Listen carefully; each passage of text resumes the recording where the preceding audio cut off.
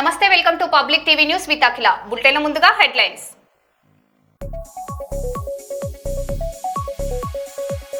హైదరాబాద్ లో దిల్సుఖ్ నగర్ లో నిరుద్యోగుల నిరసన.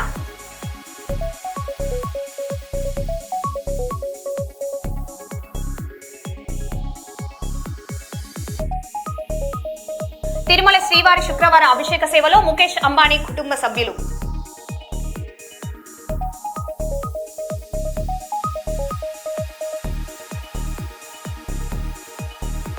జనగామ జిల్లా పాలకుర్తి మండలం విష్ణూర్ గ్రామంలో వడ్ల కొనుగోలు కేంద్రం వద్ద రైతుల నిరసన.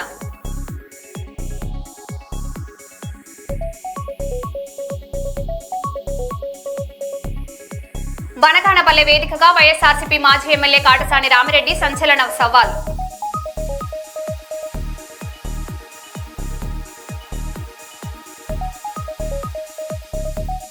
బంజారా హిల్స్ లోని ఎమ్మెల్యే కాలనీలో ఖరీదైన భూముల వేలంపాట వాయిదా.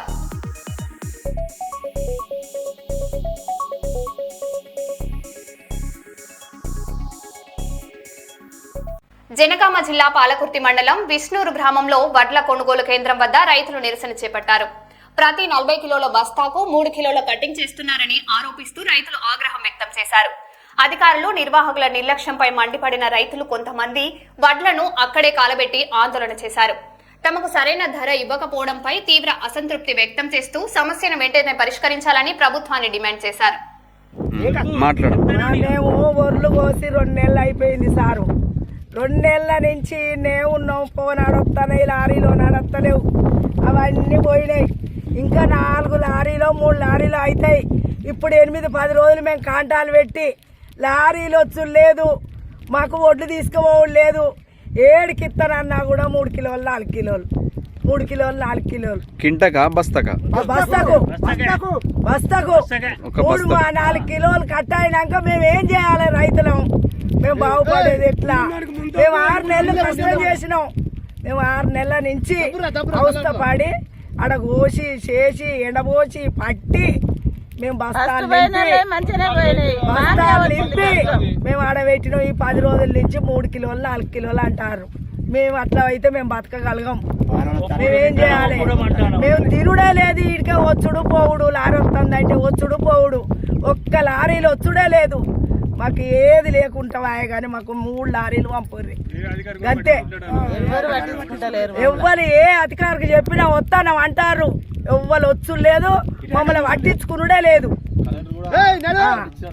మరి కలెక్టర్ సుత చెప్పినా కూడా వస్తానం కొనాలంటారు. ఒక్క లారీలు పంపిస్తలేరు. మేము మీ అందరికి 10,000 నమస్కారం సారు. ఇప్పుడు రోని పోయింది, మురకశీల వచ్చింది, ఆరిద్ర వస్తుంది. మేము ఇదివరకు పత్తి గింజలకు పైసలు లేవు, మళ్ళీ ఒడ్లు తెచ్చిపోద్దామంటే పైసలు లేవు. ఇవి అమ్మితేనే మాకు పైసలు వస్తాయి, మళ్ళీ పెట్టుబడి పెట్టుకుంటాం. మరి మేము ఏం చేయాలి సారు? 6 నెలల నుంచి అప్పులు తెచ్చి పంట పండించిన ఒడ్లు కొనాలంటే కొంటలేరు. మేమేం చేయాలి చెప్పుర్రి. మీ అందరికి 10,000 నమస్కారం సారు. మా ఒడ్లు మాత్రం తప్పకుండా కొనాలి. ఇవాళ లారీ పంపియాలి సారు. మీకు నమస్కారాలు చేస్తాను. మేమేం తిడతలేము, మేమేం అంటలేవు. మాకు లారీలు వచ్చి ఒడ్లు పోవాలనేది. హైదరాబాద్ బంజారా హిల్స్ లోని ఎమ్మెల్యే కాలనీలో ఉన్న 8.24 ఎకరాల ఖరీదైన భూమి వేలంపాట వాయిదా పడింది. ఫ్రీ బీట్ సమావేశానికి ఆశించిన స్పందన రాకపోవడంతో పాటు ఎకరాకు 5 కోట్ల ఈఎండి చెల్లించేందుకు బిల్డర్లు ముందుకు రాలేదు. భూమి సరిహద్దులపై వివాదాలు ఉండడంతో ఆసక్తి తగ్గిందని తెలుస్తుంది. దీంతో హెచ్ఎండిఏ జూన్ 19న జరగాల్సిన వేలాన్ని జూలై 2కు వాయిదా వేసింది.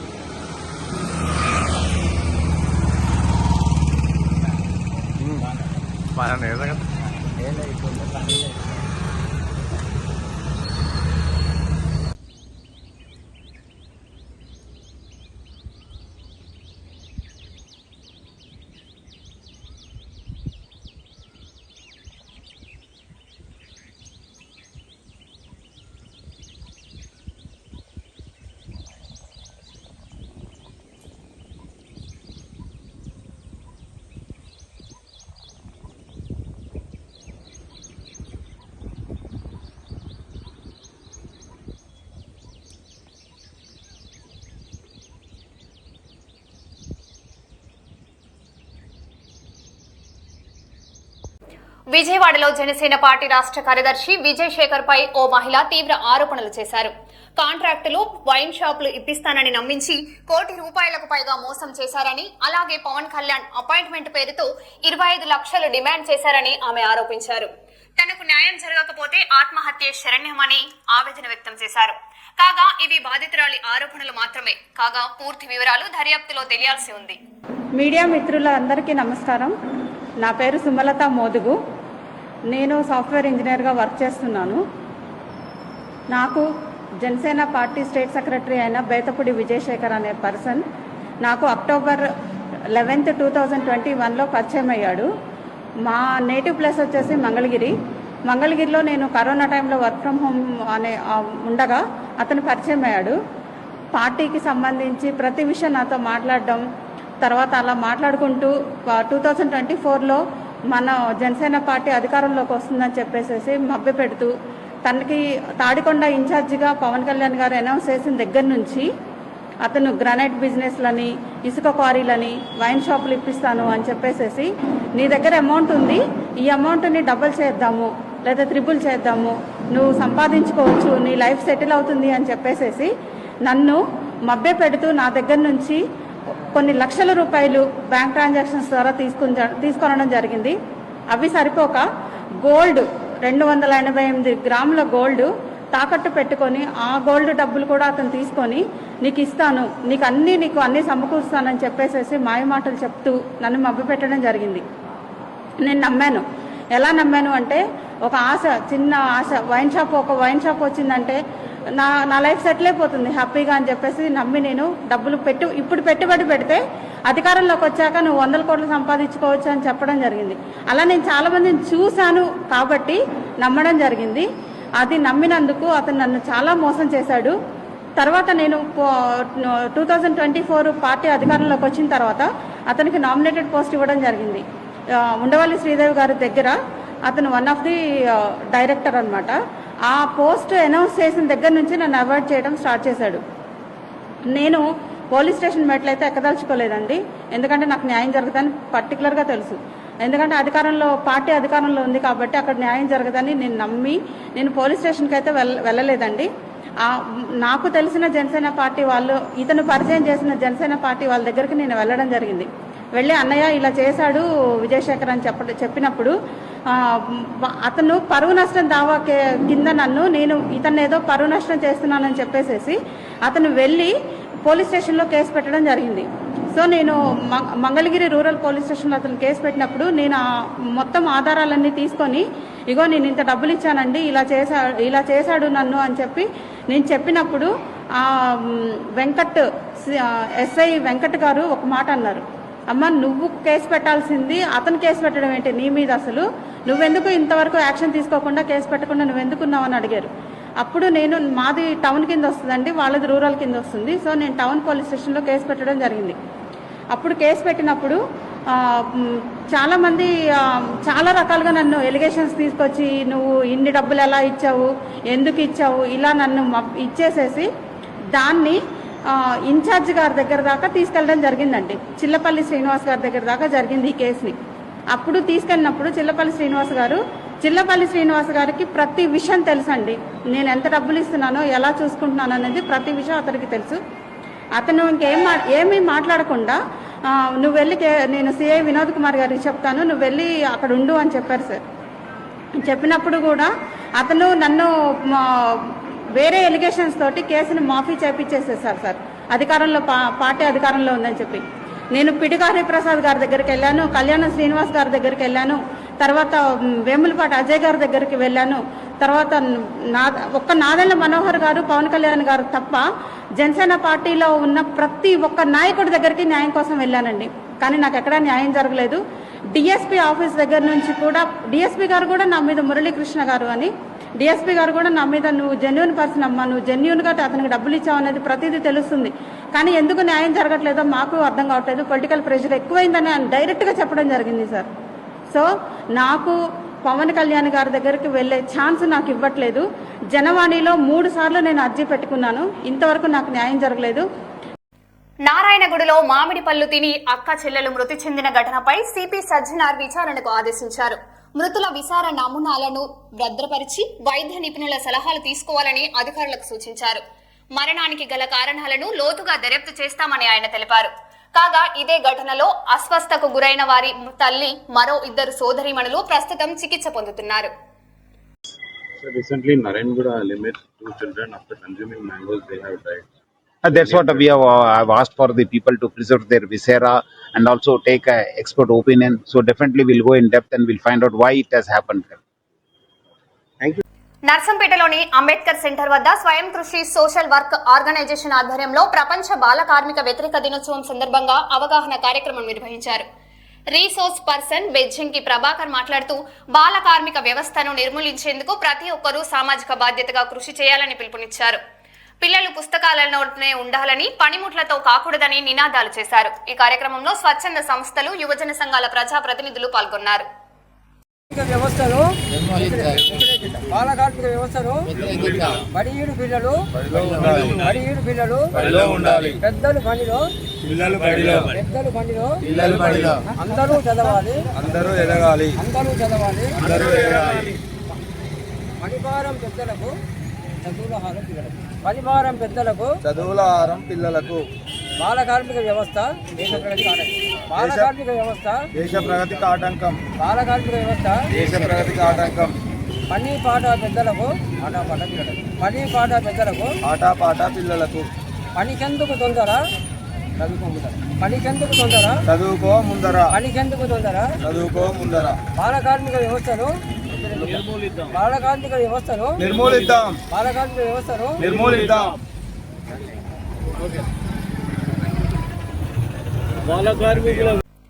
డోన్లో మారుతున్న రాజకీయ సమీకరణాలు, కోట్ల జయసూర్య ప్రకాష్ రెడ్డి నాయకత్వంపై విశ్వాసం, వైఎస్ఆర్సీపీ కోలుకోలేని దెబ్బ. వ్యాపిల్లి మండలం 15 గ్రామ పరిసర ప్రాంతాలకు చెందిన దాదాపు 500 కుటుంబాలు వైఎస్ఆర్సీపీని వీడి ఘనంగా టీడీపీలోకి చేరిక.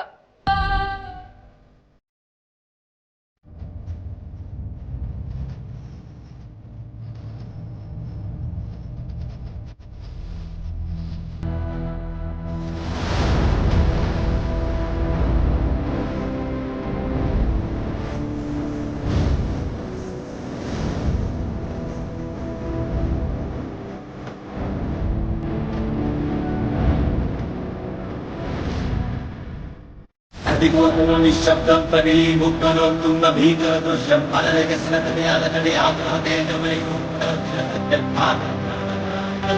పర్వం అహో ఆరంభం. అదిగోతలో నిశ్శబ్దం పగిలి ముక్కలవుతున్న భీకర దృశ్యం అలలెగసిన తడియాలతడి ఆగ్రహతేజమై రాసిన సత్యం ఆకర్షణ పరాయణ దీక్షాపర్వం అహో ఆరంభం. పరాయణ దీక్షాపర్వం అహో ఆరంభం. ధీరా ధీరా ధీరా ధీరా ఓర ధీరా రారా రారా తేరా తీసే వెర్దైనా ధీరా ధీరా ధీరా ధీరా ఓర ధీరా రారా రారా తేరా తీసే వెర్దైనా.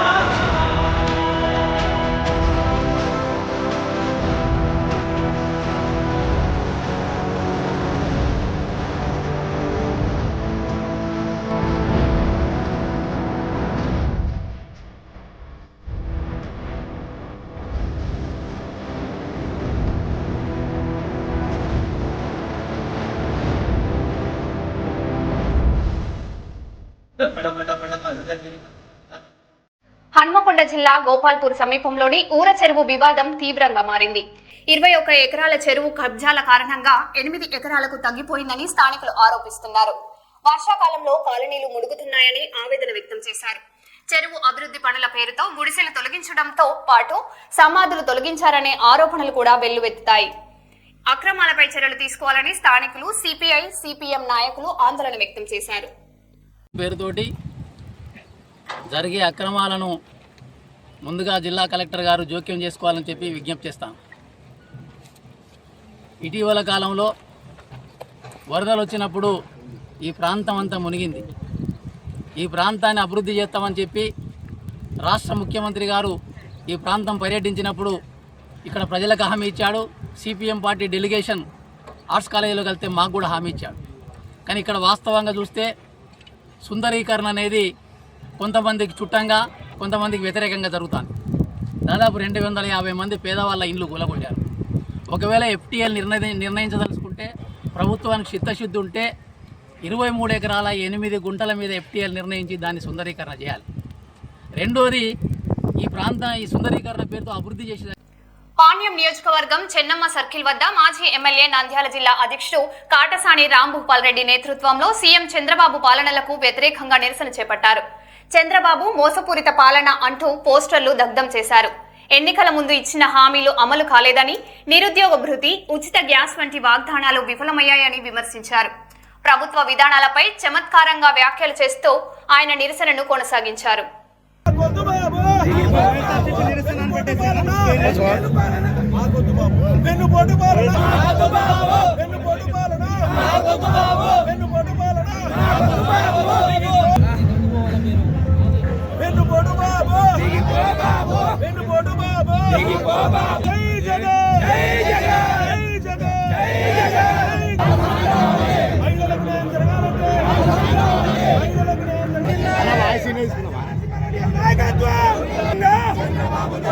చెట్టు మీద పవన్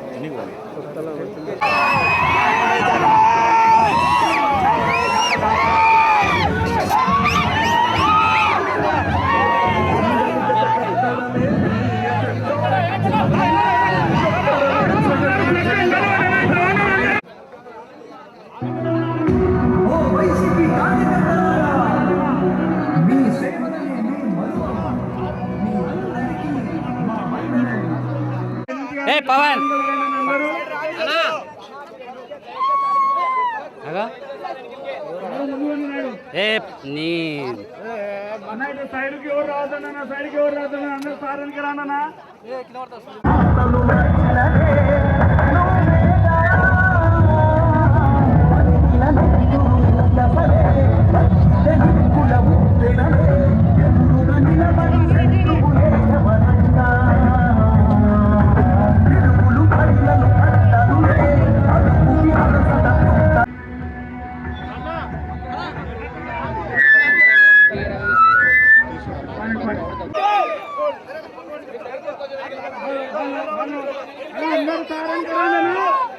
చంద్రబాబు పరిపాలన 2 సంవత్సరాలు పూర్తయిన సందర్భంగా ఈ రాష్ట్ర ప్రజలకు చంద్రబాబు నాయుడు ఏ విధంగా వెన్నుపోటు పొడిచినాడని చెప్పాలనే ఉద్దేశంతోనే ఈ ర్యాలీ ఏర్పాటు చేయడం జరిగింది. ఎలక్షన్ ముందర చంద్రబాబు నాయుడు జగన్మోహన్ రెడ్డి ఇచ్చే పథకాలతో పాటు సూపర్ సిక్స్లు ఇస్తానని ఈ రాష్ట్ర ప్రజలందరినీ కూడా మోసం చేయడం, ముఖ్యంగా ఈ రాష్ట్రం నుండి అక్క చెల్లెలందరినీ కూడా మోసం చేయడం. పాపం ఈ రాష్ట్రం నుండి అక్క చెల్లెలందరూ కూడా జగన్మోహన్ రెడ్డికి ఓటేస్తే ఆ పథకాలే వస్తాయి, చంద్రబాబు నాయుడుకి ఓటేస్తే మాకు 3 సంవత్సరానికి 3 సిలిండర్లు వస్తాయి, మా ఇంట్లో ఎంతమంది పిల్లలు ఉంటే అంతమంది పిల్లలకు తల్లికి వందనం వస్తుంది, మా ఇంట్లో ఎంతమంది 19 ఏళ్ళు దాటి 59 ఏళ్ళు ఉంటే అక్క చెల్లెలు ఎవరెవరు ఉన్నారో వాళ్ళకందరికీ కూడా సంవత్సరానికి 18,000 వస్తాయనే ఉద్దేశంతోనే పాపం ఈ రాష్ట్రం నుండి అక్క చెల్లెలందరూ కూడా మొత్తం నమ్మి చంద్రబాబుకు మోటే అంటే ఆల్రెడీ 2 సార్లు మోసపోయినా కూడా ఈసారి ఏదో నరేంద్ర మోడీ, పవన్ కళ్యాణ్ వీళ్ళందరూ కూడా కూటమి ప్రభుత్వంలో ఖచ్చితంగా వాళ్ళు చేయకుండా కూడా ఈ చంద్రబాబు చేయకుండా వాళ్ళనే చేస్తారనే ఉద్దేశంతోనే మొత్తం ఈ రాష్ట్ర ప్రజలందరూ కూడా నమ్మి అక్క చెల్లెలను మోసపోవడం జరిగింది. పింఛను 4,000 ఈ రాష్ట్ర ప్రజలందరూ కూడా తెలుసుకోవాల్సింది ఒకటే, ఈ రాష్ట్ర ప్రజలందరూ కూడా తెలుసుకోవాల్సింది ఒకటే, జగన్మోహన్ రెడ్డి ఇచ్చినప్పుడు ఎన్ని పింఛన్లు ఇచ్చినాం, ఈరోజు చంద్రబాబు నాయుడు పరిపాలనలో ఎన్ని పింఛన్లు కట్ చేస్తాం, 5,50,000 మందికి పింఛన్లు కట్ చేయడం జరిగింది. అంటే ఇంకా ఒక్కసారి ఆలోచించండి ఈ రాష్ట్ర ప్రజలకు ఏ విధంగా చంద్రబాబు నాయుడు వెన్నుపోటు పొడుస్తానని చెప్పి. ఇంకా రైతుల విషయం చూస్తే రైతులందరూ కూడా యూరియా కోసం లైన్లో నిలబడాల్సిందే, విత్తనాల కోసం లైన్లో నిలబడాల్సిందే, వాళ్ళు పండించిన పంటను అమ్ముకోవడానికి కూడా క్యూలో నిలబడాలి. దాంతోపాటు తెలుగుదేశం నాయకులు చేతి వాటం చూసి వాళ్ళకి ఎవరెవరు ముఖ్యం వాళ్ళందరి లిస్టు కూడా రైతులందరి లిస్టు ఆ లిస్టును కాదనకుండా వాళ్ళ పేర్లు వాళ్ళకి కావాల్సినది ఒక్కో ట్రాక్టర్ దగ్గర 5,000, 6,000 తీసుకొని రైతుల పంటను అమ్మించిన పరిస్థితి, ఆ దుస్థితిలో ఈరోజు తెలుగుదేశం నాయకులు ఉండడం. ఆ నాయకులకు ఒక్కడే మేము ఛాలెంజ్ చేస్తున్నాం. మీరు అభివృద్ధి గురించి మాట్లాడారు, సూపర్ 6 రైట్, ఓకే. మీరు ఎక్కడ మాకు కూర్చొని మాట్లాడదామో రెడీ, మేము కూర్చొని మాట్లాడడానికి మీరు రెడీగా అంటే డేట్ చెప్పండి, రావడానికి సిద్ధంగా ఉన్నాం. మీ పరిపాలన ఏం జరిగింది, మా పరిపాలన ఏంది, మేము ప్రజలకు ఏం మంచి చేశాం, మీరు వచ్చిన తర్వాత ఏం జరుగుతుంది అనేది మాట్లాడడం మాకేం అభ్యంతరం లేదు, రెడీ. మా టైంలో మేము రైతుల దగ్గర నుంచి కూడా ఒక్క రూపాయి కూడా ఏ రాజకీయ నాయకుడు తీసుకోకుండా ప్రజలకు నష్టపరాం. మీరు ఇప్పుడు మీ గవర్నమెంట్లో 50% రైతుల దగ్గర నుంచి తీసుకునే పరిస్థితి ఉంటే ఏ విధంగా రైతులు మోసం చేస్తున్నారు? వీళ్ళేదో మాది కూటమి ప్రభుత్వం అని చెప్పే పరిస్థితి ఉన్నారు. కానీ ఈ కూటమి ప్రభుత్వం ఏ విధంగా ఉంది, రైతులను ఈ విధంగా వాళ్ళ భూమి నష్టపరాలు 50% తీసుకోవడానికి మీది రైతుల ప్రభుత్వం. ఒక్కసారి ఆలోచించండి. తెలుగుదేశం నాయకుడికి ఒకటి, దాంతోపాటు డిఎస్సిని కూడా మాట్లాడడం జరిగింది. మేము ప్రతిపక్షంగా మీ మీద ఆరోపణ చేశాం, దాన్ని మీరు ప్రూవ్ చేసుకోవాల్సిన మేము లేదు, చాలా నిజాయితీగా ఉన్నామని ప్రూవ్ చేయాల్సిన పరిస్థితి ఉంది. అవన్నీ కూడా మొత్తం మన అన్ని అడగడం 454 పోస్టులు, క్రీడా పోస్టుల్లో మొత్తం దాన్ని మీరు ఎంక్వైరీ చేయండి. ఎంతమందికి మీరు అన్యాయం చేసినా తెలిసిపోతుంది. అంతకంటే ఏం మాట్లాడాల్సిన అవసరం లేదు. మీకు మీ చంద్రబాబు నాయుడు సిద్ధి లేదు, మీకు లేదు. అందుకే మీ పరిపాలన 2008 వెన్నుపోటు పరిపాలన విధంగా మేము ఈరోజు ఈ కార్యక్రమం అంటే బిడ్డనిచ్చిన మామనే వెన్నుపోటు పొడిచిన వాడు చంద్రబాబు నాయుడు. అట్లాంటి రాష్ట్ర ప్రజలను వెన్నుపోటు పొడచడం ఉంది. కాబట్టి ఖచ్చితంగా ఈ ప్రజలకు అందరికీ కూడా న్యాయం జరిగేంత వరకు, అంటే చంద్రబాబు ఏవైతే సూపర్ 6 దాంట్లో మొత్తం మేము ఇస్తామని అవన్నీ ఇచ్చేంత వరకు ఖచ్చితంగా మేము పోరాడతాం. మళ్ళీ మా గవర్నమెంట్ వచ్చిన తర్వాత ఇవన్నీ కూడా ఏం జరిగినది అన్నీ కూడా ఖచ్చితంగా ఈ రాష్ట్ర ప్రజలకు అన్యాయం జరగకుండా మేము చూసే బాధ్యత మేము తీసుకుంటాం. మా నాయకుడు కూడా ఒక్కటే, మొత్తం మనం ఏదైనా కూడా చంద్రబాబు నాయుడు 2 నెలల వెన్నుపోటు పరిపాలనకు ఈరోజు మేము ప్రజలు, మా నాయకులు, కార్యకర్తలు అందరూ కలిసి ఈ నిరసన ఏర్పాటు చేయడం జరిగింది. ములుగు జిల్లా మల్లంపల్లి మండలం రామచంద్రాపూర్ గ్రామ రైతు వేదికలో 99 రోజుల ప్రజాపాలన ప్రగతి ప్రణాళికలో భాగంగా ప్రత్యేక ప్రజా దర్బార్ నిర్వహించారు. ఈ కార్యక్రమంలో రాష్ట్ర మంత్రి దనసరి అనసూయ సీతక్క, జిల్లా కలెక్టర్ బోర్కెడ హేమంత్ సహదేవరావు ప్రజల నుంచి దరఖాస్తులు స్వీకరించారు. గ్రామ ప్రజలు తమ సమస్యలను అధికారులకు వివరించారు. అధికారులు వెంటనే పరిష్కరించాలని చర్యలు తీసుకుంటామని హామీ ఇచ్చారు. దరఖాస్తులను ఇక్కడ పరిష్కారం చేస్తాం. దయచేసి అందరూ సహకరించండి. గ్రామాలు బాగుపడాలంటే అధికారులు మీకు మండలాలలో కానీ జిల్లాలో అందుబాటులో ఉండాలి, మీ ఊర్లలో కూడా రావాలి. అందుకనే మీ ఊరు దగ్గరికే మరి చుట్టుపక్కల గ్రామాలకు అందుబాటులో ఉండాలి. చాలా సమస్యలు పెండింగ్ లో ఉన్నాయని ఈరోజు ప్రజా దర్బార్ పెడుతున్నాము. దానికి ముఖ్యంగా మనకి 2-3 టైప్స్ ఆఫ్ కంప్లైంట్స్ వస్తున్నాయి. ఒకటి పెన్షన్ గురించి ఉంటుంది, ఒకటి ఇందిరమ్మ ఇల్లు గురించి ఉంటుంది, ఇంకొక భూమి గురించి ఉండవచ్చు. 4th కేటగిరీ సర్పంచ్ గారు ఏమేమి అక్కడ ప్రాబ్లమ్స్ ఉన్నాయి దాదాపు ఈ 4 కేటగిరీలో కంప్లైంట్స్ వస్తాయి. అందుకే మనం దానికి ఒక స్టాండర్డ్ ఫార్మాట్ కూడా డిజైన్ చేశాము. ఆ స్టాండర్డ్ ఫార్మాట్లో మీరు కొంచెం ఇన్ఫర్మేషన్ నింపి దానికి టిక్ చేసి ఇస్తే మనం వెంటనే దానికి ఎంపీఓ, ఎంపీడీఓ లేకుంటే తహసీల్దార్తో వెరిఫై చేసి మన దగ్గర సాల్వ్ అయితే మన దగ్గర సాల్వ్ చేస్తున్నాము, లేకుంటే పైన హైదరాబాద్కి హెడ్ ఆఫీస్కి పంపడానికి ఉంటే వెంటనే అక్కడ కూడా పంపిస్తున్నాము. సో దాని తర్వాత ఇప్పుడు మేడం మాట్లాడిన తర్వాత మీరు వరుసగా కేటగిరీ ప్రకారంగా మన దగ్గర ఆఫీసర్స్ ఉంటారు, వాళ్ళకి ఇచ్చేయండి. మీ ప్రాబ్లం కూడా ఎక్స్ప్లెయిన్ చేస్తే మీ అందరికీ మన ఆఫీస్ వాళ్ళు, హెడ్ ఆఫ్ ద డిపార్ట్మెంట్స్ వాళ్ళు కూడా హెల్ప్ చేస్తారు. Thank you. అది గవర్నమెంట్ పంపి అప్రూవల్ తీసుకొని దాన్ని జిల్లా కలెక్టర్ గారి ద్వారా గెజెట్ పబ్లికేషన్ చేస్తే అది ఫైనల్ అవుతుంది. ఆ తర్వాత అందరికి కూడా పట్టాలు ఇవ్వడం అనేది జరుగుతుంది. ముఖ్యంగా అప్పుడు ఆర్ఓఆర్లో పట్టాలు ఇవ్వబడిన వాటిని కూడా ఇప్పుడు మేము రిఫర్ చేసి ఇప్పుడున్న ఏదైతే సర్వే జరిగిందో సర్వే అనుసరించి కరెక్ట్గా వచ్చిందా లేదా అని కూడా చెక్ చేసే కార్యక్రమం కూడా సైమల్టేనియస్గా ఇప్పుడు నడుస్తూ ఉంది. ఒకవేళ ఆ విధంగా ఎవరైనా కవర్ కాకుండా ఎలా అనే ఆందోళన పడవలసిన అవసరం లేదు. ఆ విధంగా ఫిజికల్గా ఉండి మన సర్వేలో ఎల్పిఎం ద్వారా నిర్ణయించబడిన కమతానికి, అంటే భూమికి సంబంధించిన కమతానికి మనము 410 జీవో ద్వారా వాటిని అన్నింటినీ కూడా రెగ్యులరైజ్ చేసి మీ అందరికీ చట్టబద్ధంగా పట్టాలు ఇచ్చే కార్యక్రమం జరుగుతుంది. ఇలా ఎటువంటి ఏ లెవెల్లో ఉన్నాం, ఎక్కడ ఏం జరుగుతుందనేది మీకు డౌట్ లేకుండా ఉండడానికి నేను తెలియపరుస్తూ ఉన్నాం. దానికి సంబంధించిన ఎటువంటి వివరాలు కావాలన్నా మరి మీరు మన తహసీల్దార్ మల్లంపల్లి గారిని సంప్రదిస్తే మీకు వివరాలు కూడా దొరుకుతాయి. డౌట్ లేకుండా ఉంటుందని మీ అందరికీ తెలియపరుస్తూ ముఖ్యంగా ఈ యొక్క సభను ఉద్దేశించి గౌరవ కలెక్టర్ గారిని నిమిషం మాట్లాడాల్సింది. మరో బులెటిన్లో మళ్ళీ కలుద్దాం. Stay tune.